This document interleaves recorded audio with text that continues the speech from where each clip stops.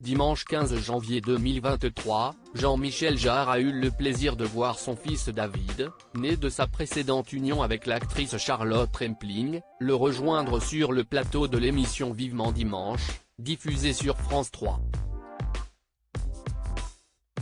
Il s'agit de la toute première apparition du duo à la télévision.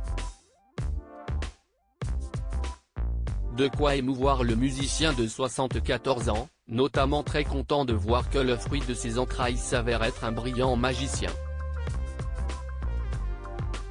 Je suis très heureux qu'il soit là. Je ne suis pas seulement fier parce qu'on est toujours fier quand ils font des choses intéressantes et inattendues.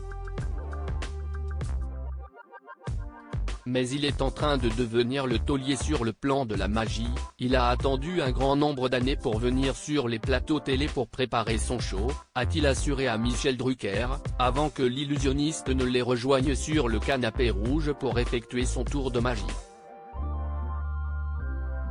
Je suis très content d'être là à un moment très émouvant pour le père comme le fils. Je suis très content d'être là, a notamment indiqué ce dernier. Pour rappel, en décembre dernier, CIST une autre étape qui était franchie par les deux artistes, à savoir celle de s'exprimer pour la première fois ensemble en interview, à l'occasion d'un entretien accordé au magazine Paris Match. C'était le bon moment pour nous raconter, avait notamment estimé Jean-Michel Jarre. Son fils avait ensuite évoqué leur relation, le premier magicien que j'ai rencontré, si estime mon père. Il a inventé son propre monde. Enfant, j'ai été bercé par les heures passées dans son studio. Des confidences inédites et touchantes de la part de l'artiste de 46 ans.